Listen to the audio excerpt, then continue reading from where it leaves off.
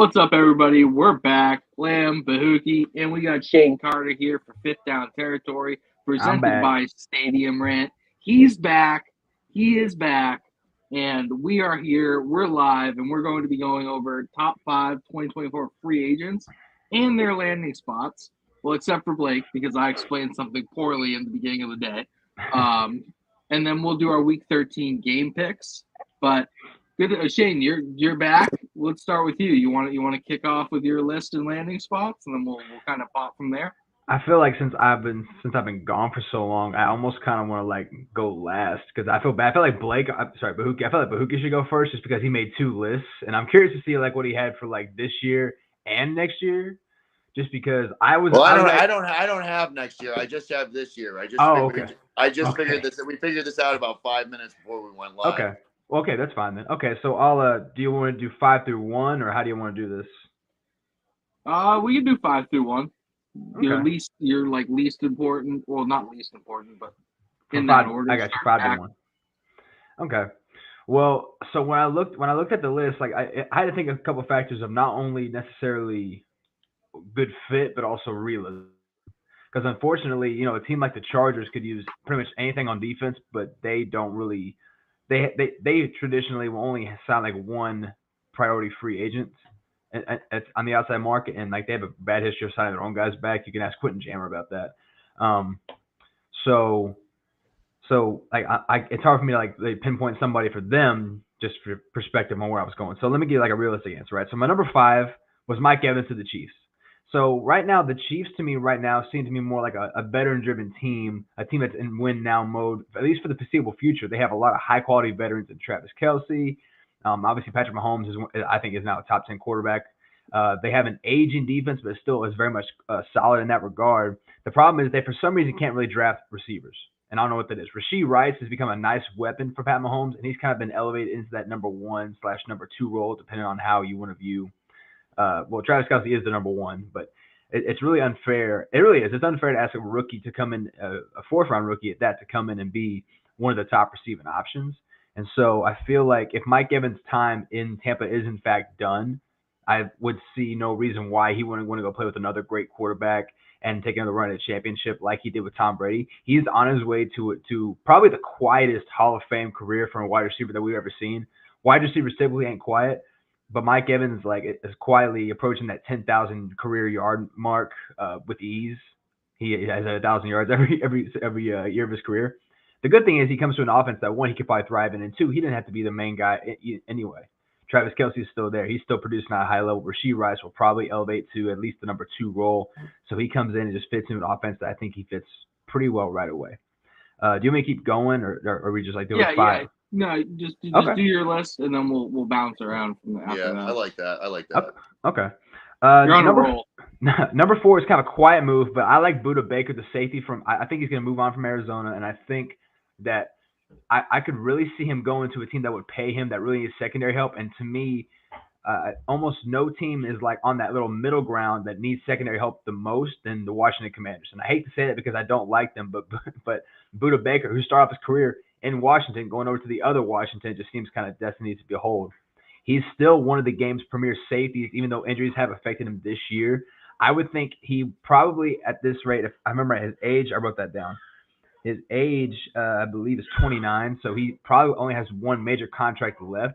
But I do think that what he offers you as a split free safety slash primarily more a box safety role, he could mix with Cam Curl really well in that secondary, especially whoever they decide to get to fill in for the defensive coordinator role. I like him to fit there. So that's my number 4. My number 3, and this one's kind of a quiet fill, Leonard Williams, the D tackle. He quietly had a really good year with the Giants as a run defender, and then they moved him over to Seattle with hopes that he would translate over there.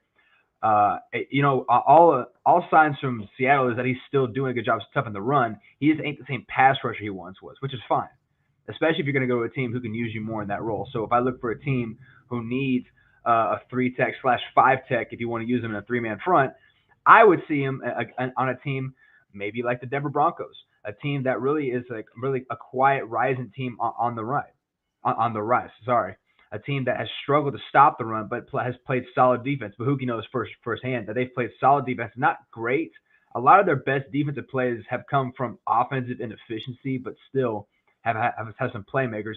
But those are primarily the secondary, so they need some front seven guys. And I think, especially with this new ownership group, they'll be more willing to spend in free agency.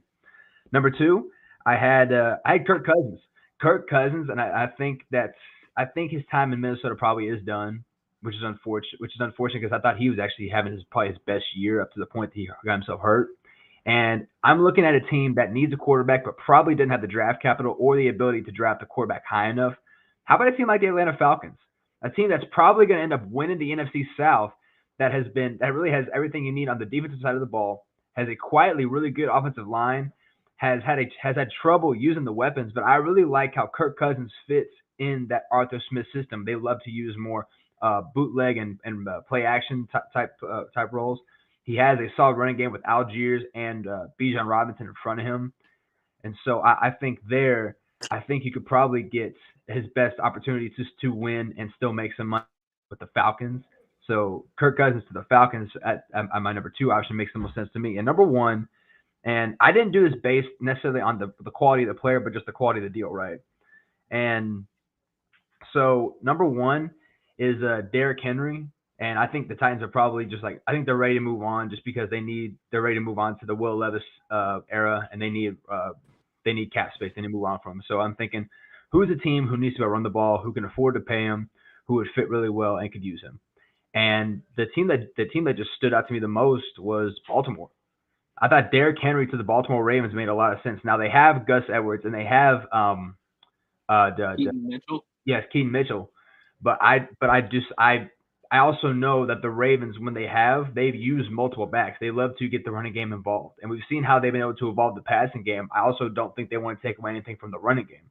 If they can get Derrick Henry on maybe a one or two, probably much less expensive contract than he has now, you add to a rising offense. And the Ravens have a rising offense. And I thought that was actually a move that the Ravens were considering making anyway. But now, instead of having to give draft capital, they can go in and sign him for a year, maybe two. It won't cost him as much as his initial contract with Tennessee did. And also the effect of him not having to carry the load. He can share it with Gus Edwards and with Keaton Mitchell. I like that a lot. So my number one is Henry to the Ravens. Yeah, that'd be scary. I really like your Mike Evans to KC there. That makes a lot of too much sense. And Derrick Henry to the Ravens was something I was saying they should have done at the deadline to improve this year's team. But yeah, I can't really fault you for anything that you said there. So I'll do mine real quick. So my number 5 is going to be T. Higgins, who's not the number one wide receiver in this free agency class. To me, I think that he is a very solid player, but there's injury history.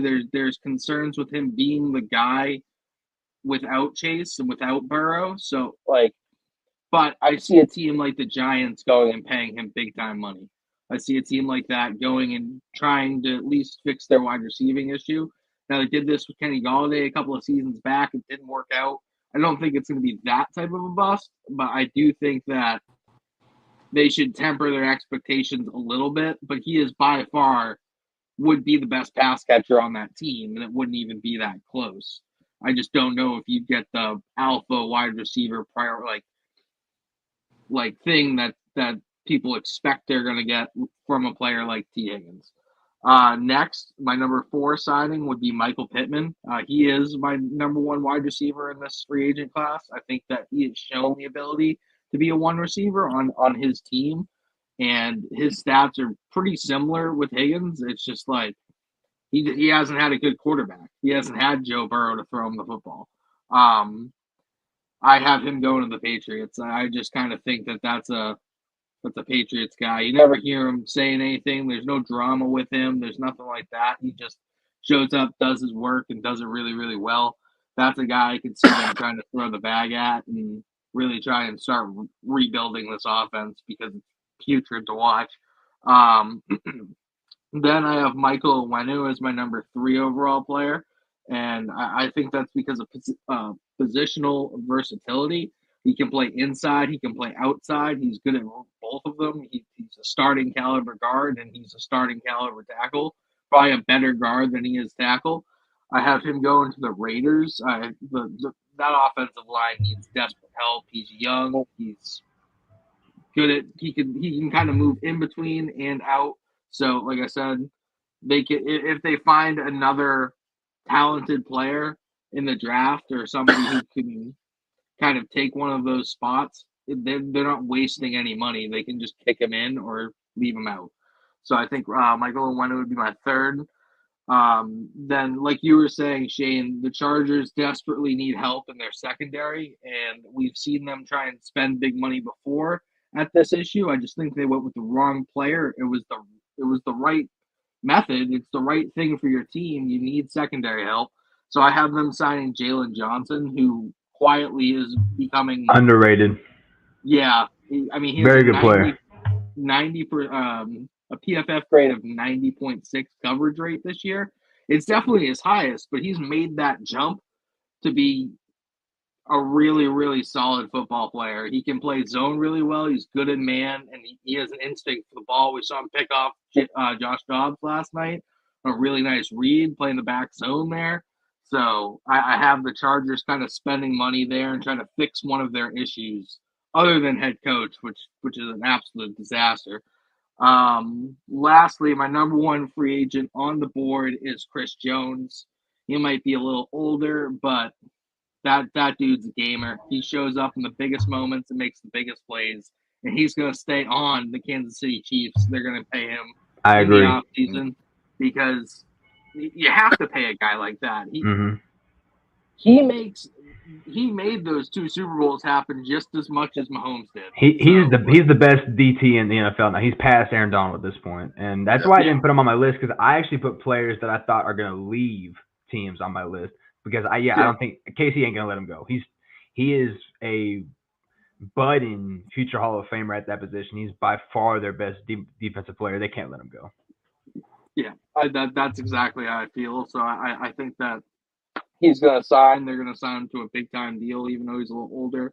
But kind of like, you did this for us before, so we'll do this for you now type of deal. And he'll still be productive through it. I'm not saying, like, he won't be or it'll be an overpay. I think it just everything works out there in that situation. They get him paid, and he keeps eating for him.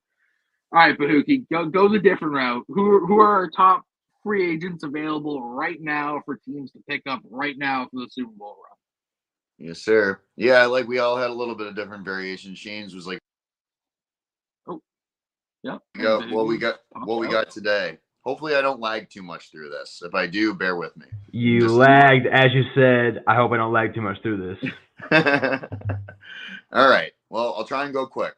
Number 5. I had Melvin Ingram, edge rusher, 34 years old. I thought the best fit right now is the Las Vegas Raiders. I think Coach Pierce, you really need someone to pair with Max Crosby, since Max Crosby's a good player. Adding like a proper edge rusher on the other side, and Melvin Ingram's still in pretty good form right now. He's a multiple-time Pro Bowler. Moving up to number 4, I got Casey Hayward, cornerback, 33 years old. Another guy, I don't know how he's still on the street. I think the obvious choice here is health might be the issue there. Well, I have the him going back to the LA Chargers, who have the worst rated pass defense, and just traded J.C. Jackson to the Patriots. And he was getting cooked by Jalen Hyatt all weekend, so he could stay home. Continue. Sorry. Yes. Well, but yeah, I thought Casey Hayward going back to the Chargers to fill the hole that was left by J.C. Jackson makes a lot of sense, and he has history there. Number 3, I had Akeem Hicks going to Cincinnati. Another Pro Bowl guy for that defensive interior. And they still have good defensive linemen there, but he mostly be a depth piece behind Reeder and Hill. And he can play on the outside as the 5 technique too. It's just kind of like for some extra rotational value. And the Bengals still aren't out of it. Number 2, I had Shaq Leonard going to the Dallas Cowboys. Leighton Vander Esch on IR. I don't hate it. And yeah, just 28. Is he still an all pro level guy? Probably not. Is he a guy who's competent and can still be a leader of men and run the huddle and be like a great locker room guy and helpful in a playoff run? Absolutely. And then number one, Lyle Collins, offensive tackle, could also put Taylor Lewan here, and also, and if going back, if it wasn't Shaq Leonard to the Cowboys, I would also like Anthony Barr to for them to pick up. Those were two of my honorable mentions: Taylor Lewan and Anthony Barr.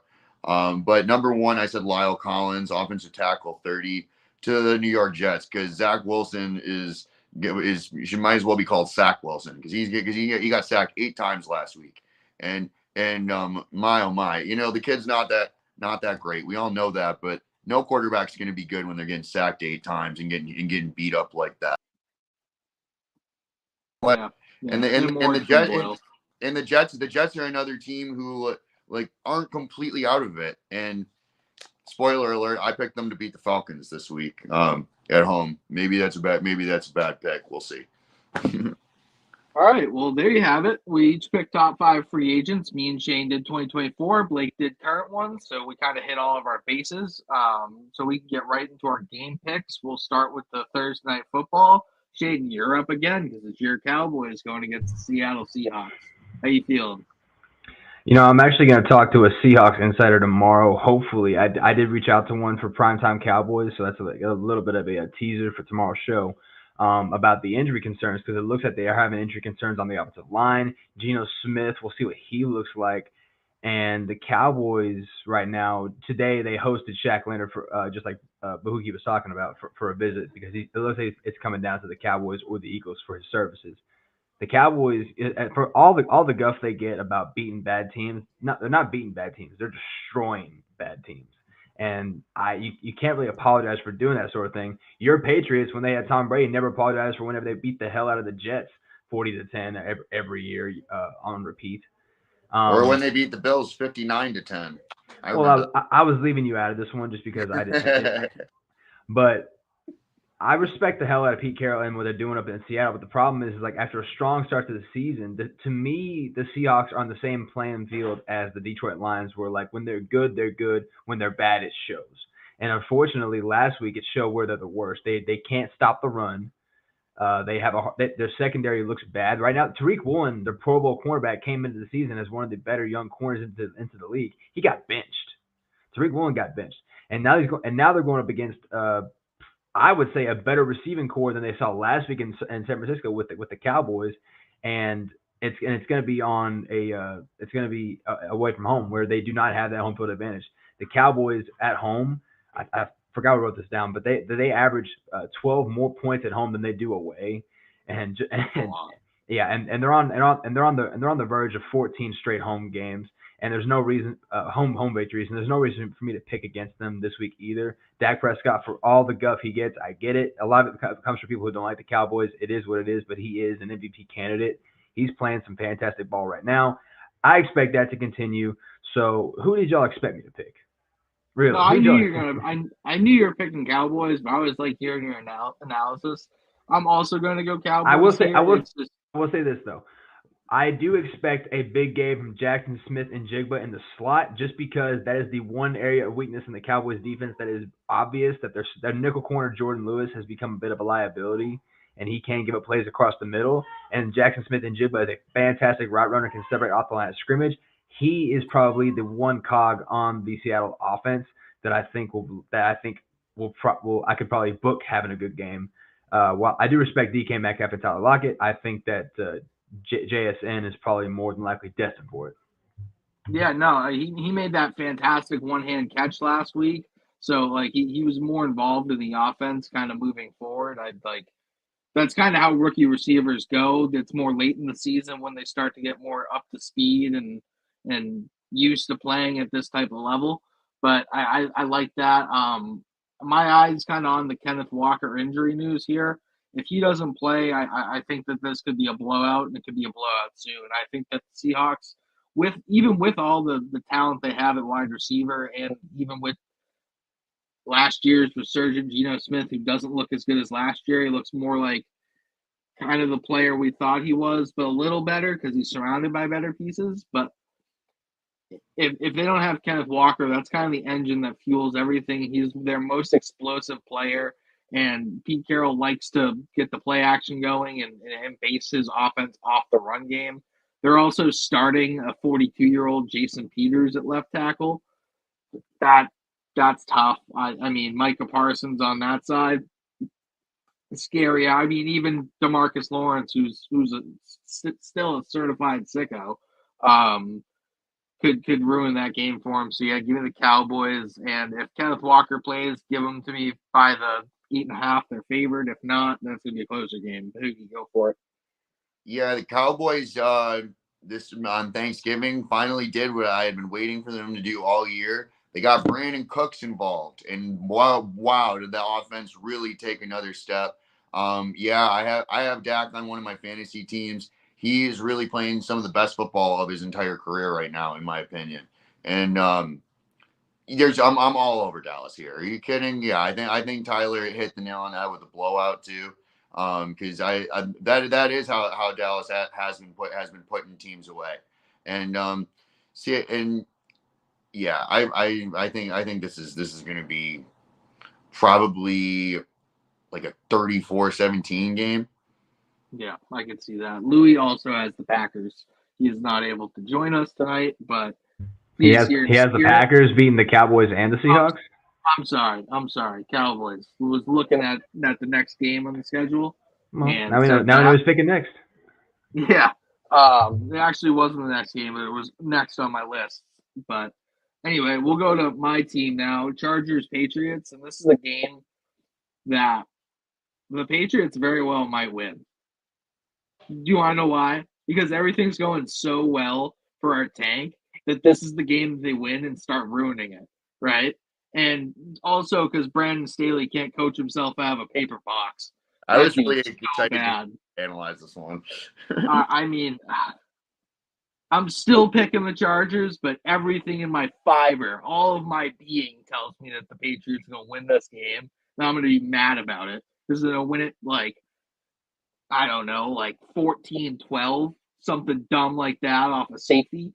Yeah. On the bright side, if you win, you guys will be the reason that we no longer have to watch Brandon Staley coach teams.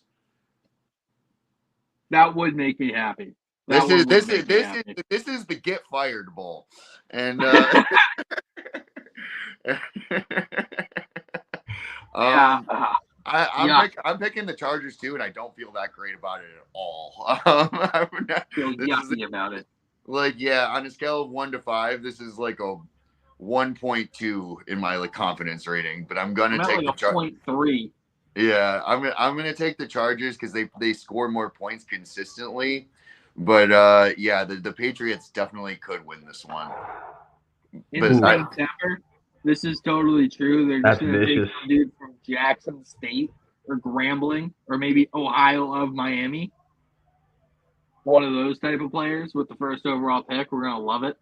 Some kicker or some placeholder. Shane, go for it before I keep going on. All right. Well, Boss Man, do you know when the last time, and this is a trivia question, do you know when the last time the Chargers beat the Patriots and who the quarterback was? It was like before the Phillip Rivers era, I'm pretty sure. Make a guess. Bahookie, you can guess too if you want. I don't know who the quarterback was before that. So yeah, Phillip Rivers never beat him. So Drew Brees was before Phillip Rivers. I don't even know I can't remember who the quarterback was before Drew Brees. That's where I'm at. So it's a bit of a trick question. So the last time the Patriots lost to the Chargers was actually 2008, but the quarterback was Matt Castle. Yes, I kind of got you on that. I kind of got you on that one, didn't I? But yeah, no, I'm taking the Chargers too. I wanted to pull the upset just because I want to catch up closer to Bahookie. I'm getting closer to you, my man, but but this ain't the kind of upset that I can pick just because no offense, man. There's nothing on the Patriots right now that tells me I can trust them. Y'all had a perfect opportunity to take down, I think, a worse team in the Giants. And y'all couldn't beat the gangster from Goodfellas, who was that quarterback. And again, no offense. Again, I've been No hard. offense taken. Yeah. I feel the exact same way. That game was awesome. I've had my own like opinions about Justin Herbert. I think he's over and underrated for what he is. I think he's overrated just because like of where he's drafted and he was an offensive rookie of the year. Everyone expects him to be the next guy. I think he's underrated because I think we're kind of diminishing what he has achieved up to this point. But I think this is also a game where there's no reason why they shouldn't win. And so, maybe next year, but I'm taking the Chargers in this one too. Yeah, it's Chargers all the way around. Louis has Chargers as well. We'll go to our next game, Broncos Texans. This is a lot better game than it was shaping up to be in like week 3 or 4. I think the Broncos have played really, really well on defense, and Russell Wilson's been not making mistakes. He's been playing within the offense. Their run game has gotten going. With all that said, CJ Stroud is that dude, and he's winning this football game. Like that.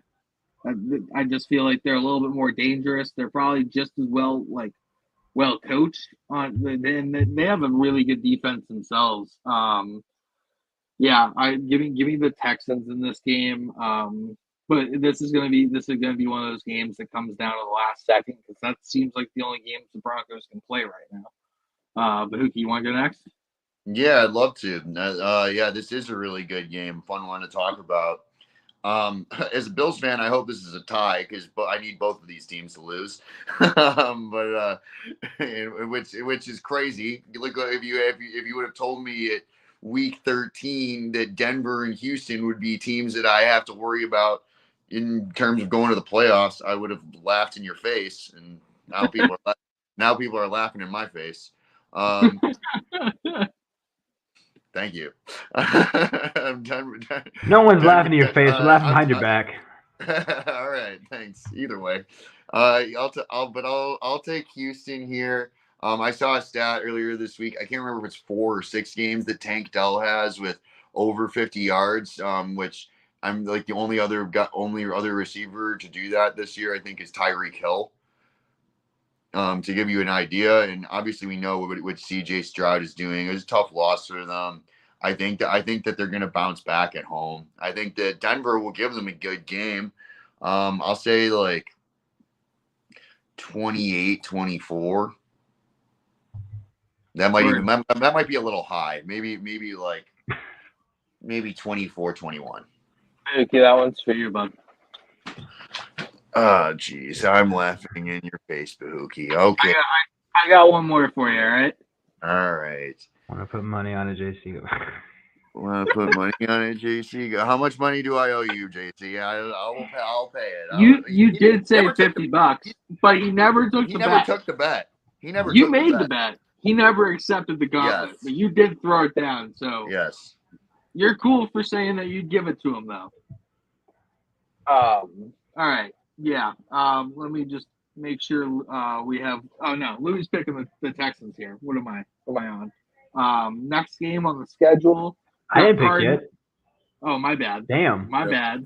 Damn, Jesus. I know you're ready for the season to be over, but let me at least have my time. I'm really ready for the season to be over. Everybody's laughing at us. Nah, I ain't laughing at y'all because I know the pain as a Cowboys fan. I saw Romo go down and they put guys like John Kitna and Brandon Whedon at quarterback. So yeah, So I know exactly how it feels.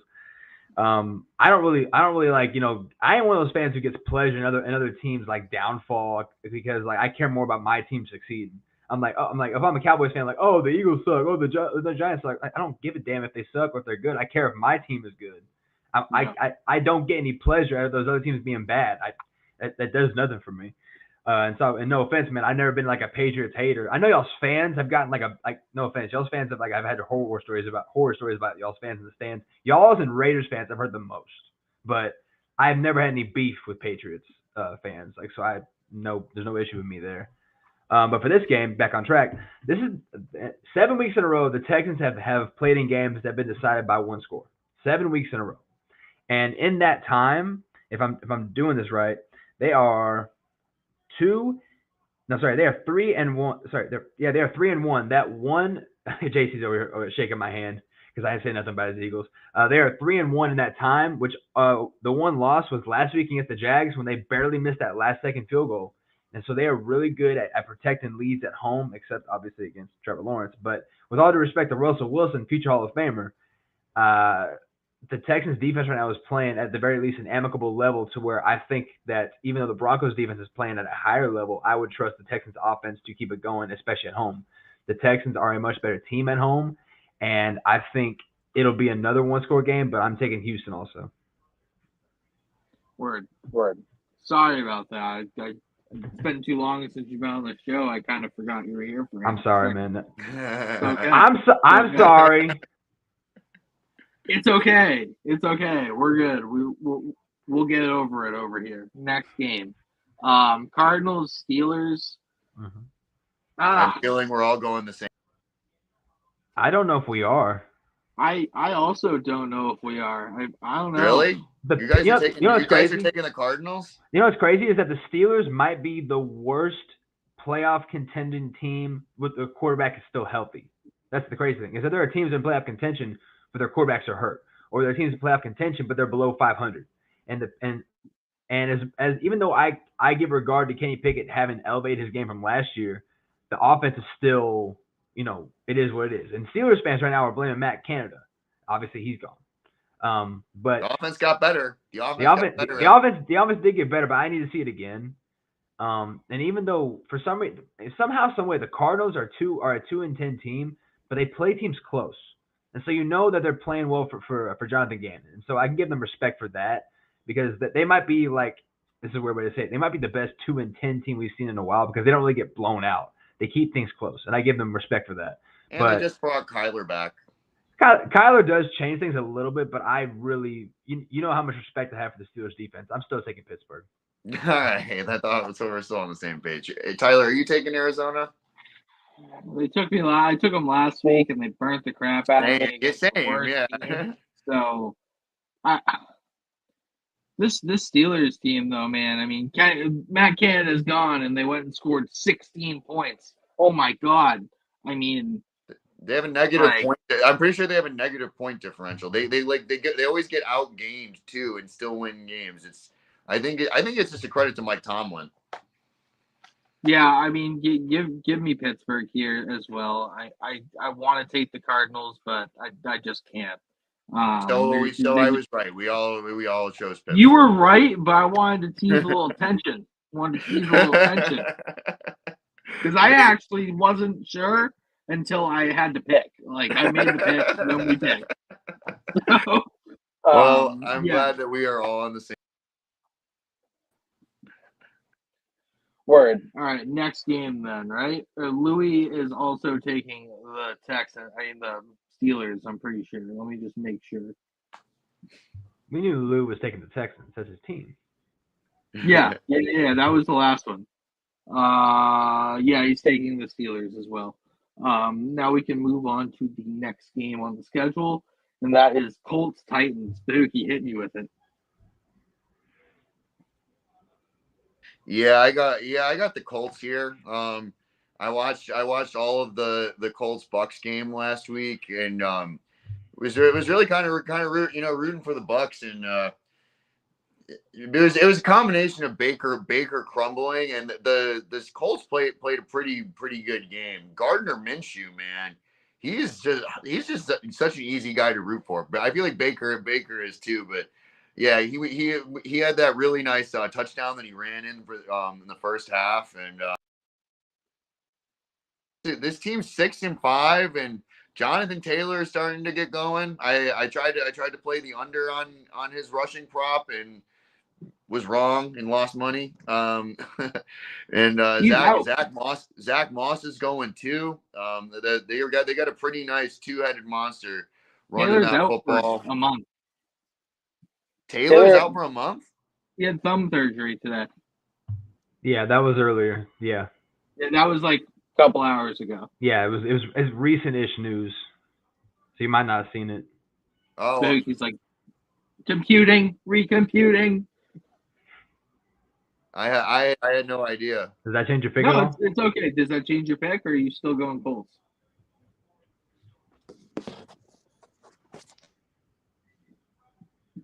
He's thinking about it. Shane, you wanted to step in for a second? I don't know. Yeah, I was gonna say that this is only the second home game of Will Levis's career. I call him Whey Protein Levis because he's ripped to shit. But I think I think that I do have a lot of regard for the fact that he has established a connection with DeAndre Hopkins. I still have questions about their offensive line. And they really do want to do more of a split backfield between Derrick Henry and Tyjae Spears, which they should, because Tyjae Spears is he's a really good running back. I was really high on him at Tulane. And the Colts are a team that I don't really get a lot of times because they're without their supposed franchise quarterback in Anthony Richardson, but they keep games close and they keep winning them. It's hard to it's hard because whenever I pick the Colts, they lose. And whenever I don't, they win. That's kind of been the season they've had. But in this one, I'm going to give the edge to the home team, a slight ugly edge. I'm going to go with Titans with this one, just for no other reason than just the home factor. Yeah, it's a game that Derrick Henry could get going in. I would have probably picked the Colts if they still had Jonathan Taylor. I think that's a big loss for that offense because he was just starting to get going again. Zach Moss is good. He's proved me wrong because I said he was just a guy and I was wrong. He proved me wrong. So good job on that. But I think people are kind of more prepared for him now because they already have some tape on what he was able to do earlier in the season without him. I think that Tennessee's defense is still actually pretty good.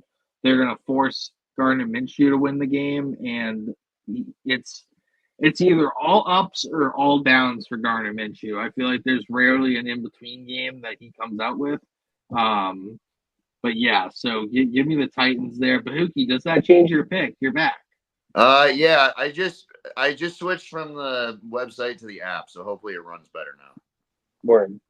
So are you sticking with it, the Colts, or are you moving to the Titans? Yeah. Sorry, I just got the Jonathan Taylor news, and then my phone crashed as you were explaining it. Yeah, I had no idea. I had no idea about his injury. What was the injury you were trying to tell me? A thumb injury. He had surgery today. He should miss 2 to 3 games. They said, but it could be more. No, Zach Moss has played very well, and yes, you did call Zach Moss a career plotter, and I did. You were saying Deion Jackson was going to be the guy, and I did that for sure. I don't know where Deion Jackson is now. He is cut. I was wrong. but yes, I'm sticking with Indy. Word. Okay. So we have Michael Pittman and Josh Downs are starting to click together with Gardner Minshew. Josh Downs is going to be the next Jarvis Landry. I like that. Kyle that. Granson at tight end. I need a replacement tight end. I'm trying to scoop him in fantasy.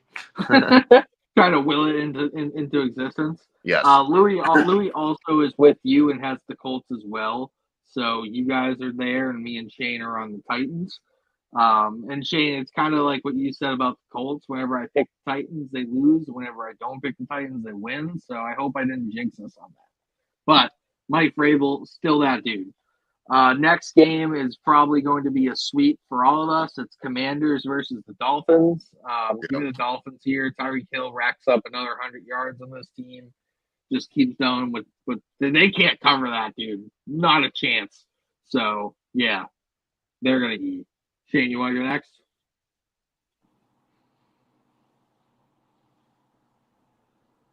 No, he doesn't want to. He doesn't want to go. he doesn't want to go. All right. Word. Bahookie, go for it. Shane, you told us what he needed to tell us. I'll tell you why the Dolphins are going to carve them up. And I've been saying this all year, and I'm going to continue to say this. The way you beat the Dolphins is by getting Tua off of his spot, and you have to have a proper pass rush, and you have to get him off of his first read. When Tua throws to his first read, he's like 77 to like 80+% completion, and he is lethal. And that is what's going to happen today. This team traded away both of their edge rushers. They still have Jonathan Allen, who's a baller, and I hope he can get out of there this offseason somehow. My goodness, because he's special. But they're not going to do that. So Tua is going to sit there. He's going to That's the end. Yeah, it's going to be a really good take the overs on like all of the Dolphins player props this week. Word. Louis also has the Dolphins, and Shane, you have the Dolphins as well. So that about sums that game up. Falcons Jets is another yucky game. The Falcons are traveling to the Meadowlands, and there's probably going to be a player who tears their ACL or Achilles. I don't wish that on anybody, but MetLife has a bad history of this happening. They just do. Worst field in the league. What's the weather going to be like for that game? Just because, like, when dome teams go to cold, wet, outdoor cities, that can alter things. It's 49 overcast and no wind, really. It's just like a kind of okay, so it's just chilly. Overcast day, okay. Yeah. It's just gray and a little chilly. Okay. Yeah, it's Desmond Ridder. That could obviously still affect him. But it's Tim Boyle possibly. So, yuck. You know what? You know what's crazy? That both teams to me are mirror images of each other, where they have really good defenses. They have really nice weapons on offense. They have solid offensive line play, and they have two young stud running backs. It's the quarterbacks that is holding both these teams back. What's crazy is that the Atlanta Falcons are finding a way to win without consistent, competent quarterback play. The Jets have lost that. For a while, the Jets were actually in there a couple of those games. They beat the Bills. They beat the Eagles, despite the fact. And then the last 3 games, they've looked a lot more like what the Jets were accustomed to seeing. And I think the problem is that they've lost confidence in Zach Wilson. I don't think this team has any confidence in Tim Boyle. I also do not root for a player whose last name is Boyle, especially when that's about to burst.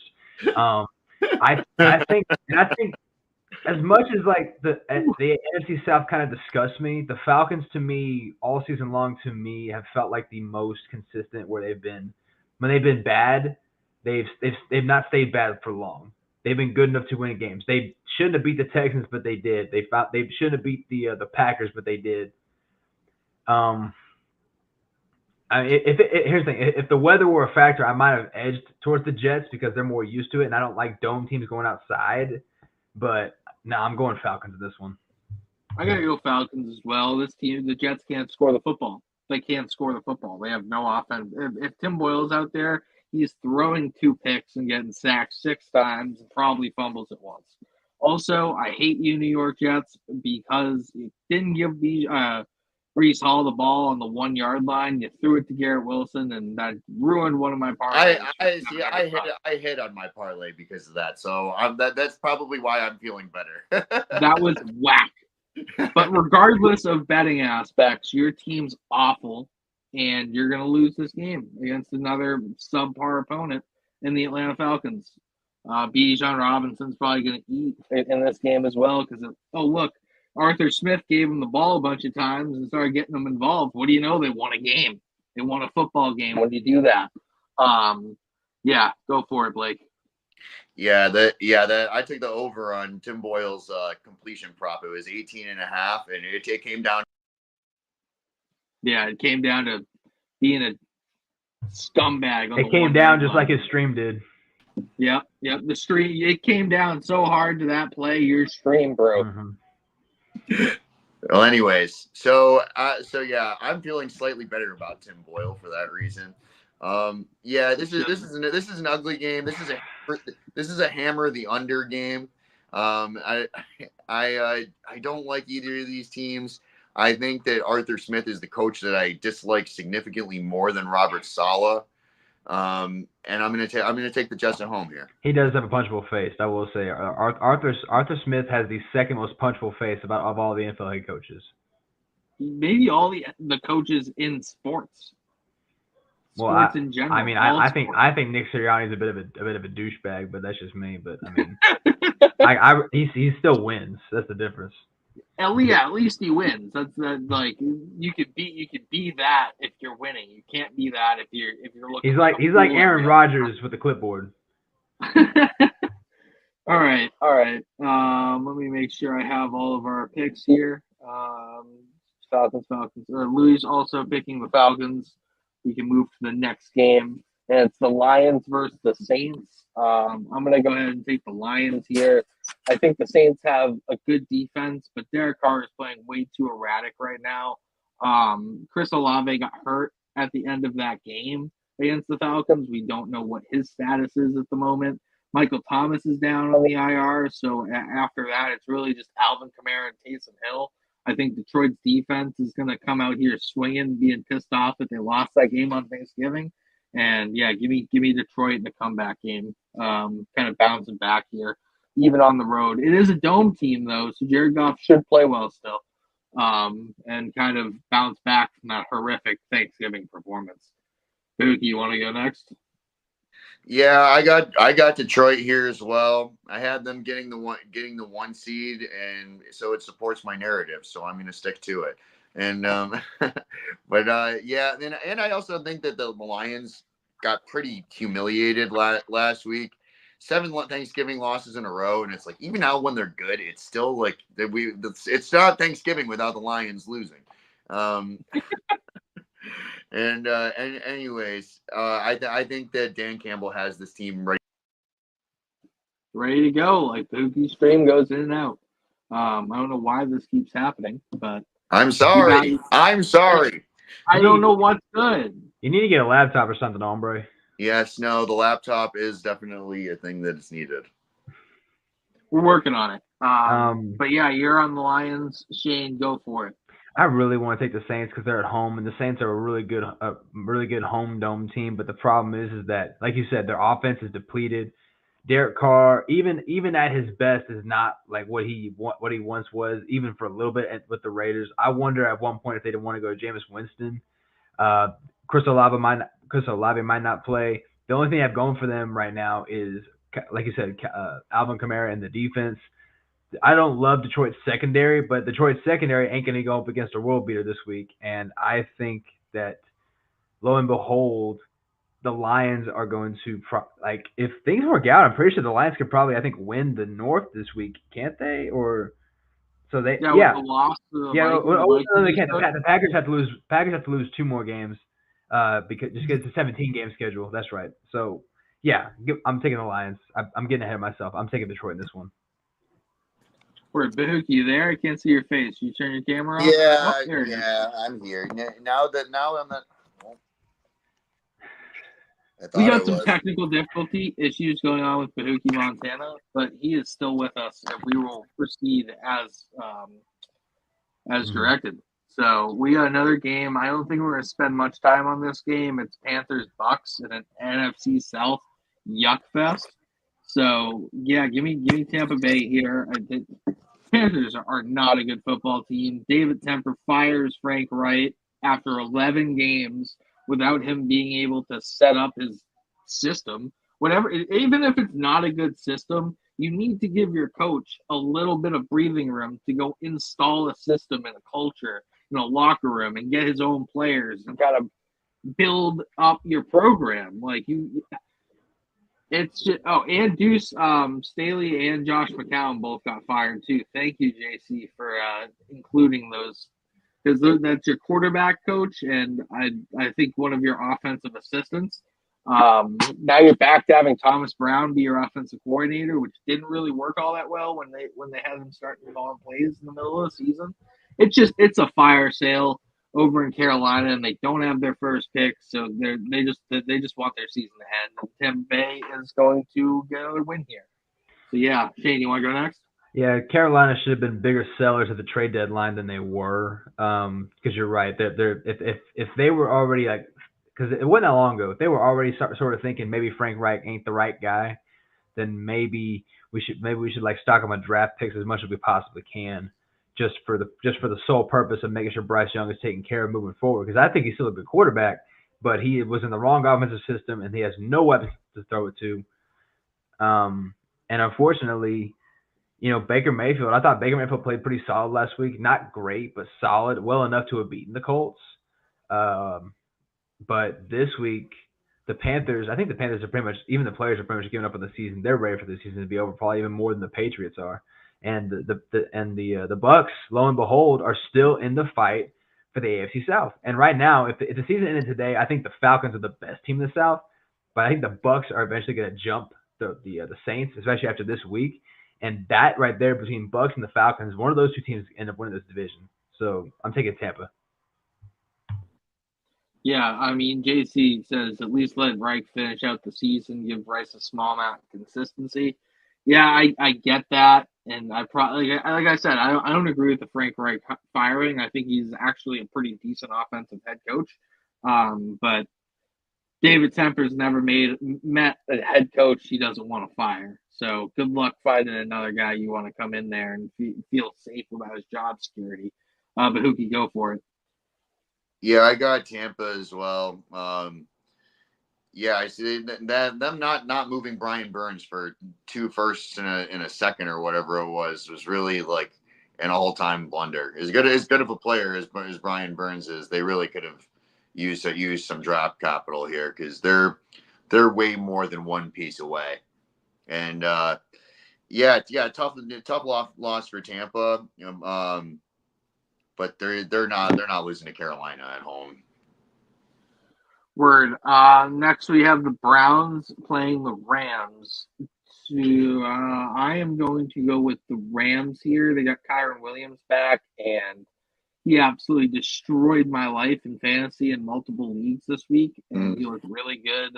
I think that makes that offense go. That's always what Sean McVay's offense is kind of run off of. I mean, the Cooper Kupp Triple Crown season was kind of an outlier, to be completely honest. He uses wide receivers, and they're good offense for passing the ball, but it runs off of that running game. And I think that Kyren Williams being there, not having Darnell Henderson or Royce Freeman out there kind of filling in the gap, like playing every down is just it means a lot. I think that the Browns might be looking at Joe Flacco this week to start.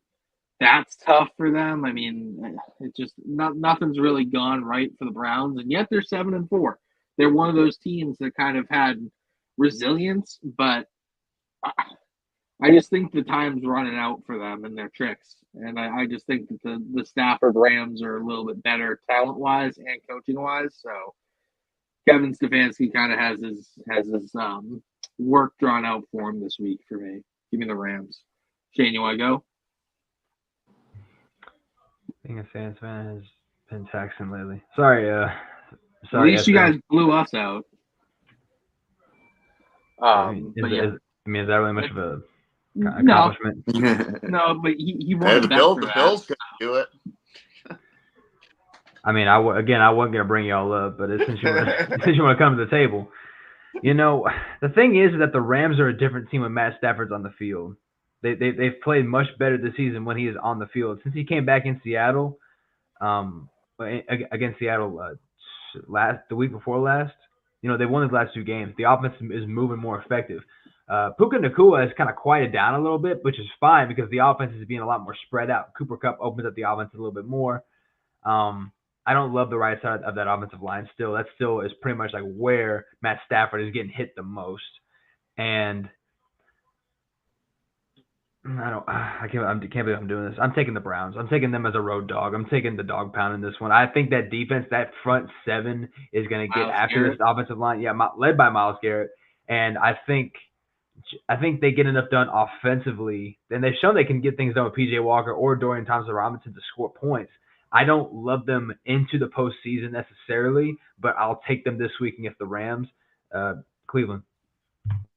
Word, Bahookie, go for it, buddy. Yeah, I got the Rams here. Most of the same stuff you said. Kyren Williams, Notre Dame guy. Didn't miss a beat. That was one of the spots where I was wrong last week. Was Stafford and Kyren Williams were both coming back, and like I thought that there was going to be like a buffer period for them to like get back to being who they were, and boy oh boy was I wrong. Yeah. And they're at home, and this Cleveland team just lost to Denver. Maybe Denver's better than we think. Maybe they're not. I don't know. But yeah, I like the Rams in this spot. Cleveland going over. It's hard. It's hard as an East Coast team to go over to the West Coast. Yeah, Louis also has the Rams here. Then we'll move on to the game of the week, the Fox Football Game of America 49ers are traveling to Philadelphia to play the Eagles. Dude, you want to go first? Yeah, this has got to be game of the week here. It'll be game of the year. Yeah, you can really make an argument for either of these teams, but I really want Philly to lose after they hurt my feelings really bad, so I'm going to pick the 49ers. Great analysis from Bahookie here. Great analysis. I mean, I'm just going to be honest with you. No, hey, that's what we're looking for here on Fifth Down Territory. Honesty. So yeah, JC says go Birds. Gonna be another rainy day, cold in Philly. We'll take that all day. Yeah, I mean, I'm sure you will until CMC runs for 150 and 3 touchdowns on you guys. One passing, one receiving, one rushing. One of those types of performances. To give sorry to interject. To give an actual bit of analysis, I feel like the Eagles are coming off like 3 like really tough games here between like the Cowboys game, the Chiefs game, the Bills game. They've all been like, you know, like it's I feel like it's gonna be hard for them to maintain that level. Right. Just like you can't maintain the stream. Yep. He just is going on right now. But yeah, so they can't maintain the level of intensity or emotion. That kind of like, hey, if they win, man, like that, hats off to them. They've had a murderer row schedule and they've come out pretty clean so far. I think that the 49ers have just as good of a defense, just as many stars on offense, just as good of a head coach. Everything's very equal here, except I feel like the 49ers kind of went on that soft like slump streak already, and they're going to be ready to play this game. Like they're also looking at that playoff game where Brock Purdy got hurt and saying what could have been. You know, with us, we could have made it to the Super Bowl if that didn't happen. So I just think there's a lot of juice here on San Fran's side. This game's going to come down to a last-second play, and I'm gonna take the 49ers here. But it's really tight, really close for me. So here's where I'm at with this. So like y'all are talking about like the last 3 games against the Bills, the Chiefs, and the Cowboys. 3 games that they won, but 3 games that they played kind of sloppily in. But one thing that you have to admire about the Eagles is that if they're anything, they're resilient. And the mark of a good team is a resilient team. You can't always dominate because the Eagles have struggled against teams that they probably they shouldn't struggle against. They struggled against the Patriots. They were a foot out of bounds away from losing that game against y'all in the opening week. They lost to the Jets. There was another game that they barely beat Washington, I think, by a combined 6 points in both those matchups. Twice. And so the Eagles, if you ask me, are they anywhere near they were last year? No. Offensively and defensively, they don't look the same. But the thing is that they are a strong, resilient group. And a lot of times that can overcome some deficiencies on offense and defense. Your team, the Patriots, for a long time with Tom Brady, were able to overcome a lot of deficiencies because they were resilient. And then I think when I look at San Francisco, I think after they beat Dallas, they started to hit that low a little bit. They beat the hell out of us. They really did. Then they lost 3 games, not just because of injury, but because I felt like they put all their energy into beating the Cowboys because everyone puts their energy into beating the Cowboys because they just want to beat us. It's a disease almost. But I also don't really love how the offense kind of crumbles when they lose Trent Williams and when they lose Deebo Samuel and Brock Purdy looks a lot more average. And that's what can scare a lot of San Francisco fans. But when they're all back, I would say completely the San Francisco 49ers might be the best team in the NFL. The Eagles have done a better job of overcoming injuries. They overcame the loss to Lane Johnson last week, and the right side of their offensive line was terrible. Cam Jurgens at guard, and the tackle was I can't remember who right tackle was, but the right side of the offensive line did not look good. But Jalen Hurts was able to overcome that. He was able to get the ball out quickly. He found a really nice pass down the seam to DeMonte Smith in overtime. That was you know what I'm talking about, the one that set up the game-winning touchdown. And you have to respect that. Driscoll, yes, Jeff Driscoll. Thank you, JC. JC's on it. Yeah, Driscoll did not look good in that game. I thought maybe they would try and move Tyler Steen out to tackle, but it is what it is. So in this one, I don't love it just because I feel like even though I think the 49ers are a more dominant team. The Eagles have done a great job of keeping themselves in games, even sometimes at their own detriment. I'm going to take the 49ers, but just barely. It's just because I don't necessarily feel great about it, but I will take them for that. So 49ers for you? San Francisco, yep. All right, word. It sounded for a while there you're going to lean Philly, but we went San Francisco. Well, it's an important game for everybody involved. I didn't want to just do one of the simple this Washington's playing the Dolphins, just pass them along. Yeah. No, I feel it. This is a seeding game because the Eagles could lose their next 2 games and the 49ers could win out and the 49ers could have the number 1 seed, and the Eagles know that because if they lose to San Francisco and if they lose to the Cowboys and San Fran wins out, then San Fran gets the number 1 seed. The Cowboys, I think, would jump the Eagles for the NFC East if they were to win out. It's a lot of things happen, and it starts with this game. That's why I'm very tentatively picking San Francisco. Word. Next, we have our Sunday night football game. Chiefs are going to Green Bay to Lambeau Field to play the Packers here, who just knocked off the Lions. I'm still going to pick the Chiefs here because I can't bet against Patrick Mahomes in this spot. But I do think that this is going to be a much tighter game than a lot of people think. I think the Packers are going to kind of show up to play and just not have enough on the defensive side of the ball to stop Mahomes and Travis Kelce. It doesn't matter if MVS or Justin Watson or Kadarius Toney are all dropping passes. Somebody on that team will catch enough passes to win that game. So, yeah, give me the Chiefs there. Bahookie, go for it. Yeah, I more or less got the same deal. Chiefs here. Jordan Love did just play probably the best game I've ever seen from him. I can't say I've watched by far. I haven't watched that many Packers games, but he was really, really slinging it, and it's gonna be interesting to see if he's able to do it 2 weeks in a row. And this Chiefs defense is stingy, man. They're really, really. This is not the Lions defense he's going against. The Lions defense has a lot of problems, and right now, and for as much as I like them, I think this is going to be a welcome to the NFL moment, if I'm being honest. Word. So yeah, I got the Chiefs. Word. Go for it, Shane. The only thing the Packers have on the Chiefs right now is their starting receivers. I love the young combination of Romeo Doubs, Jaden Reed, and Christian Watson at the wide receiver position. And also, like Bahookie said, Jordan Love played by far his best game of his career on national television on Thanksgiving. He did a great job of throwing in between the seams into double coverage even in some of these throws.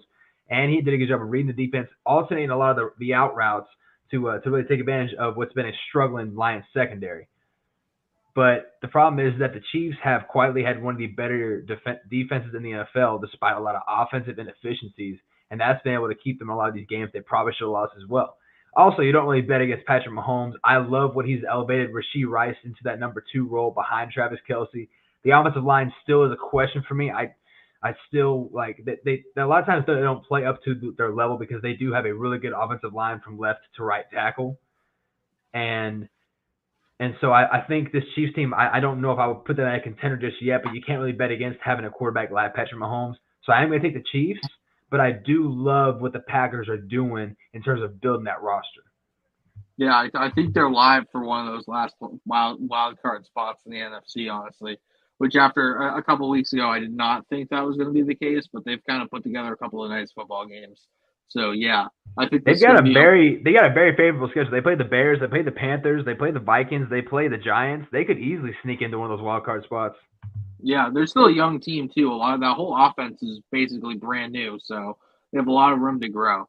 Last game on the schedule here, man, I wish Joe Burrow was still playing football this season because it's Cincinnati going to Jacksonville to play the Jaguars, and that would have been a marquee Monday night matchup. Except now we have Jake Browning stepping in, and this team, even with Jamar Chase catching circus passes off 6 people's hands and taking it for 30 yards after the fact, it's just not enough. It's not enough. Jaguars quietly have one of the better defenses in the league, to be completely honest, especially in turnover margins and pressure rates. They get a lot of pressure with Josh Allen, Trayvon Walker. And they get a lot of they're in the right place a lot. I feel like their secondary is just in the right place a lot when they play zone. And I'm taking the Jaguars here. I think they're going to get Travis Etienne back fully involved this week. He's had a couple of down weeks lately, so I think he kind of goes off in this game. Bahookie, what do you got? Yeah, I would like it if Jake Browning could have a good game because I have Josh Allen and Justin Fields on bye week in Superflex, and he's my last hope. I'm going to lose this week. It's not going to help. and so yeah, it's the Jags here. I'm trying to be quick because I know my thing is going to cut out in a second. Jags superfan Louis is also on the Jaguars, by the way, guys. Jags superfan Louis is also on the Jaguars. You know, to start the season, Trevor Lawrence did not look himself, and it really wasn't until they got their asses kicked by the Niners, I know what that's like, that it really started to turn around. These last two games, Trevor Lawrence has looked much more like we expect him to be. And it's also about this time last year when he had that breakout game against the Cowboys and became one of the more established quarterbacks in the NFL. And at the right time, too, the Texans are on the surge. The Colts are a team you have to watch out for in terms of the AFC South crown. And the Bengals, we saw what the team looks like without Burrow in the second half against the Ravens and against the Steelers last week. This offense can't get it done. The defense is good enough to hold a bad Steelers offense to 16 points. But against the Jags on the road without Joe Burrow, why would I pick them? Jacksonville. Yeah. It's Jacksonville all the way, and it's going to probably be a tougher game to watch at this point. But yeah, so that's week 13. We did the top 5 free agents of 2024, their landing spots. Bahookie added some 2023 free agents that your teams could still pick up now to either help you try and get into the playoffs or, just fill a couple of holes on your team.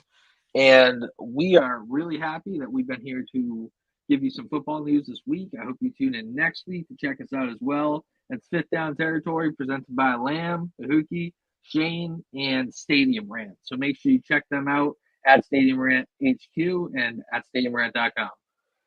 Thank you for watching. Have a good night, fellas.